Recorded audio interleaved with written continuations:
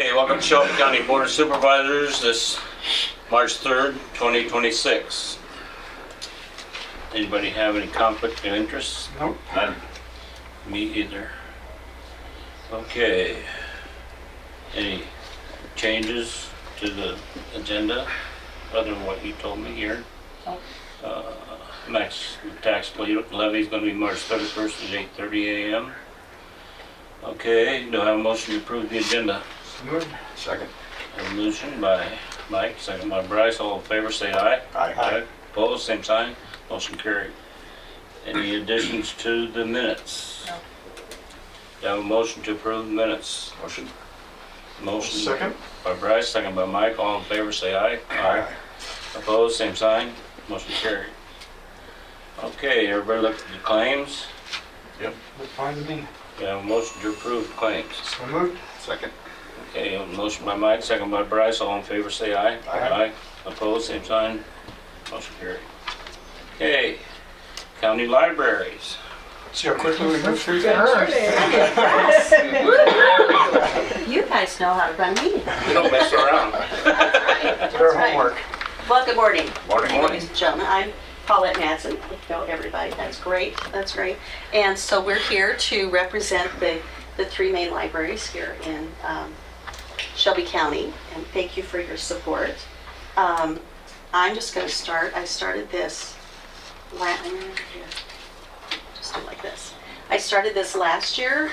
We went to a Zoom where they talked about when you're going back to your supporters, make sure you give them some money ideas. You know, what is your money going towards? So I talked generally about how many items we have and what is our library value.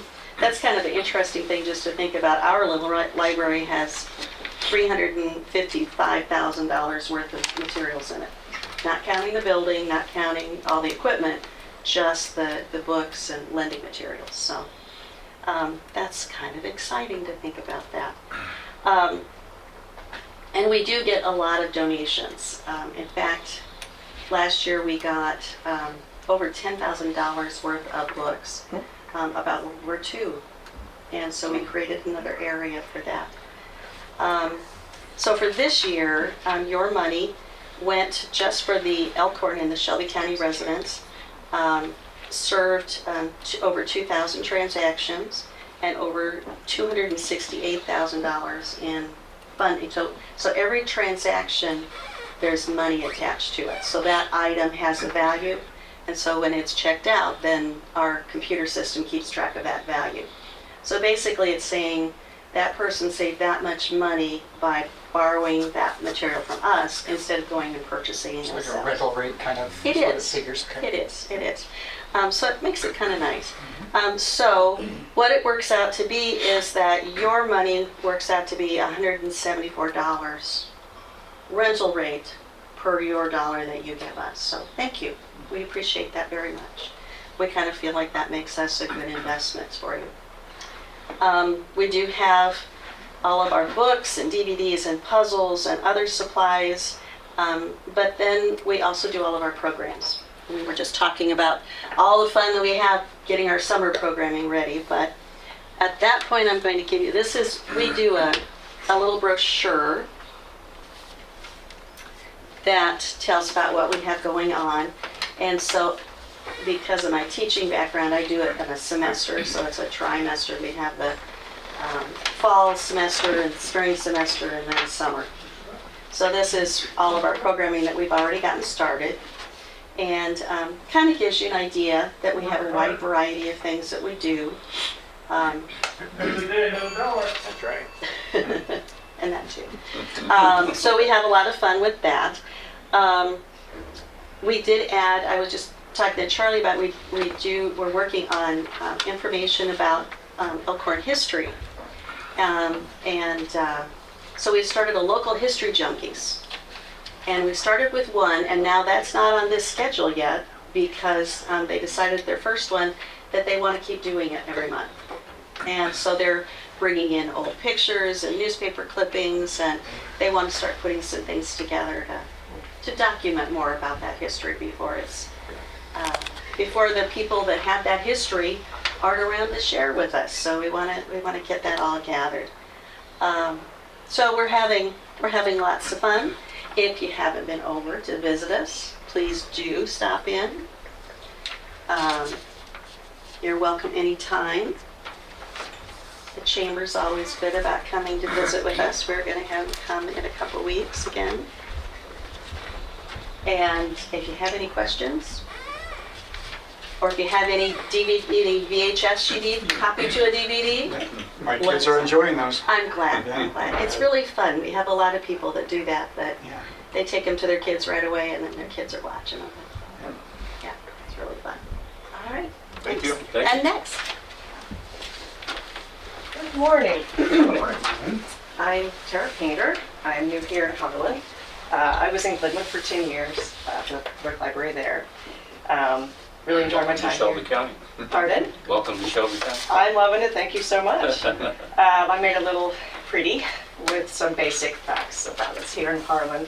While I was still in Glenwood, I ran some stats on libraries our size. Harlan was one, Shenandoah, Clarinda, Red Oak, and somebody. Anyway, so I compared us across all kinds of interesting stats. And interestingly, Harlan won on every single count. And of course, my question was why? And it really came down to, when you looked at the top, which was Harlan, and the bottom, which was Red Oak, the big difference was how many programs that we hold. And people in the middle were holding middle amounts. It's really those things, everyone knows we've got books, but those things that bring them into the library that are not about books, that make them go, oh yeah, the library's here, that's cool. People all the time like, I didn't realize you did this, or I didn't realize, you really hate it when you hear them say, I didn't realize we had a library. I lived here for 12 years, I didn't know. But that's really something that we're really proud of and we really excel at here. I did also run some back of the napkin figures for you for how we serve the county in particular. Our total number of members is 4,221. 18% of those are from the county. Our total circulation of just books, that's an easy number for me to grab. Other numbers are more difficult, so I just did the quick and dirty books, which is the thing we do the most. Total circulation is 35,984 books. Shelby County circulation, it's 25% of that's Shelby County. And then when it comes to total funding, we get 438,000, 9% of which is from the county. So, like she said, a lot of service for the dollar that you're getting. The only other thing I wanted to mention was how much I am enjoying Harlan. This has been a great transition for me. Everybody's made me feel really welcome, and it's a great library to work in. Of course, we got to, here I come, Greg Bride, first year. It was very exciting. And I dropped in the middle of a landscaping project. I don't know if you're aware of. Update on that? Yes, we are at 75,000 of our 100,000 we need to raise from the community, so we're almost there. We're having a trivia night fundraiser on Friday, if anybody wants to join us for that. And it's really been a tremendous group of people to work with to raise these funds. When I walked in the door, we were at $4,000, and here we are. We're almost there. We're actually already moving forward with the contracting and so forth. So, and our substantial completion date is July 17th, and Greg Bride is July 19th. So this is going to be a cram-packed summer. We're having the same problem we were all discussing. That's such a great summer theme that we get. The State Library provides a group that does the artwork, the posters, and all that stuff, and we can use those ideas to make sure it's like new and fresh every year. And it's such a great thing this year. We had to say, okay, we can't do everything we're already doing. So we're really looking forward to our summer reading program. I don't know if you're aware, if you've ever attended any of our summer events at North Park, but we get 200 to 300 people at those events. It's really, really an amazing summer for us. So, all right. Thank you. Yes. Next. I'm Logista Nicholson, and I'm with Irvine Public Library. I just want to start off by saying thank you for your continued support of the Lead Irvine Public Library. Your annual funding makes it possible for us to keep our doors open, provide meaningful programming, and serve our community. I don't know if you guys are aware of everything happening in Irvine, but we're losing our bank. The school's a constant situation. And so as the community is struggling, the library actually has been a place where people come in and talk and share, and it's almost turned to a therapy session, which is fine, I guess. I just wanted to share, so I have now I have been there for almost 2 years. In 2024, that was my first summer, and I just kind of watched what the library board had done that year. And then last summer was my first summer of being the director and doing all of the things. And so these are our statistics from 2024 versus 2025. And we have grown considerably. Our numbers do not compare with Harlan or even Elkhorn. But we're proud of the difference that we've made and the growth that we've had. In 24, we only had 9 programs scheduled, and last year we had 23. In 24, we only had 6 participants in our reading challenge, but last year we had 30. So the growth is happening. People are coming in the door, and we kind of had the same problem of people didn't know that Irwin had a library, and or they didn't come in before, just because before the previous director only checked in and checked out books, and there wasn't a reason to come in. And so kind of the same thing that Harlan said of everyone knows the library has books, but it's all the other things that you bring to them. And so that's where your funding comes in and just helps more people be able to enjoy the library and do other things besides read. So just want to thank you, and Thank you. Appreciate your report.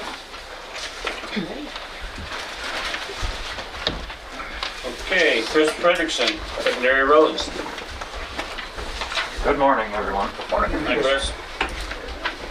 Consider approval of road permits. You'll be very busy. All of these are from Farmers Mutual Telephone, all fairly short sections. They split theirs up, which is nice. Nothing generally more than a mile.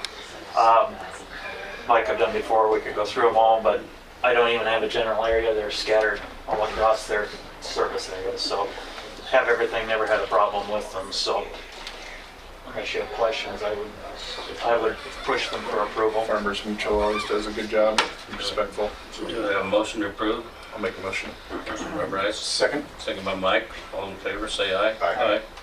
Opposed, same sign. Motion carried. Second item, I guess this is the biggest thing I'd like to talk to you all about for the week. We share a road on the Cass County line. Cass County had a landowner, actually they own in Shelby County and on the Cass County side. They would like to have us vacate a road. It's a stretch of road that a portion of it was vacated already in 1959, so it would just be a continuation of the vacation. So it affects that landowner and one more. Cass County's been in discussion with them, and past those two there is no problem. So Cass County takes the lead. It is their road. They're working on it. Through the Iowa code we can do it without having an actual notice. So what they would like to do, they would like to have a Zoom meeting with you, possibly next meeting, which will be March 17th. Okay. So as soon as I know more, have more information on what's going on, I will get it sent out to you and share it with you. But that would be the big item. Be much financial input from us. Shouldn't be really any at all. Okay. I think the landowner's going to go through and push everything back in. I know there was talk that I think Cass County is going to run down and just put a section line stake in a couple of spots, but if we kick into that, it shouldn't be much at all. So be something that would be nice to get rid of. Would benefit everybody down there too. So like I say, it was started in 1959 and it's taken this long to maybe actually get it closed. So that'd be the big thing, and again, I'll keep you all informed. Otherwise, we are out doing some spot rocking. It is trying to rain now, off and on. So after the snow, we, naturally we had spots show up, so try and get those hit before we get a lot of rain. I think the snow didn't hurt us as bad as I thought it might, so we lucked out, and hopefully now we're into March, we can escape the rest of the year. But I guess we'll see. Forecast looks good. Sounds like pretty good shot of rain Friday, maybe half an inch, so Hope so. see what happens. Yeah, that'd be good. Well, the state climatologist told us, you know. He did. He did. Hotter though, I think. Yeah. So it's all a pattern, and Yeah. we'll see what happens. So that's all I got for this morning. Thanks, Thanks, Chris. Chris. Thank you. Thank you. Okay, department head reports. Anybody have reports out there? None? Don't see anybody moving. Good. Okay, supervisors committee reports. You go first, Bryce. Go ahead. I sure can. Busy period. Attended the Southwest Iowa Juvenile Detention Center meeting in Council Bluffs, EMS advisory, EMA meeting. We also had a separate meeting to approve their budget. Hotel Motel, we met to update bylaws. That was a real good meeting. And attended a EMA hazard mitigation meeting with some of the community leaders and coming up with hazard mitigation plans. So that's all I got. I also had a very active period, and some things I'd like to share with the public and you guys. Chamber board met and continue to work toward obtaining a new executive director with a greater focus on economic development than we had previously. So we've got one interview set up, and we hope to have some more here very shortly. So moving forward on that. The annual banquet is March 27th at Vets Auditorium in Harlan. It's a Wild Wild West theme. So if you're not busy on the 27th, and would like to attend that, tickets are available through the chamber office. You can just call Carol there. Attended an ISAC legislative update webinar, and no movement on property taxes yet. Kind of waiting on that. Talked about data centers a little bit. They're going to require those operations to provide quarterly water usage reports. I know there's some concern about how much water those use. We're starting to talk about public health reorganization, much like they did with the Health and Human Services, with the district board overseeing things instead of having local. Losing more local control on renewable energy siting, windmills and those kind of things. Not that we have them here, but it could be solar, those kind of things. So those are states wanting to take over those setbacks and things on those. There's a bill toward mobile home cleanup in the unincorporated areas of the county, much like we do in towns where it's left abandoned and deteriorating. We can force it to be cleaned up, whereas before we couldn't. It just sat there and it was an eyesore. It's probably all right. Yeah, there's one down by Corley, I know, for years that bugged the heck out of me. But I inquired about it, said, no, it's out in the county, can't do anything about it. Well, this bill would make that be able to happen. We're talking about doing away with townships, governments for townships. That would fall under county organization. Now there's an amendment for the Board of Supervisors to appoint a trustee rather than having that in elected positions. And then each budget would be approved by the Board of Supervisors. So that's kind of controversial, I think. But publication notices, there's a bill to allow the county to choose whether to have their legal notices published on a statewide database, online, or in their local publications. So that's another one of contention. I also attended a Board of Health meeting and environmental health. They meet together. There is a public health community baby shower sponsored by Public Health for those who are pregnant or with children up to 6 months old. That is April 25th. They held a discussion regarding HMU's decision to no longer add fluoride to Harlan's drinking water source.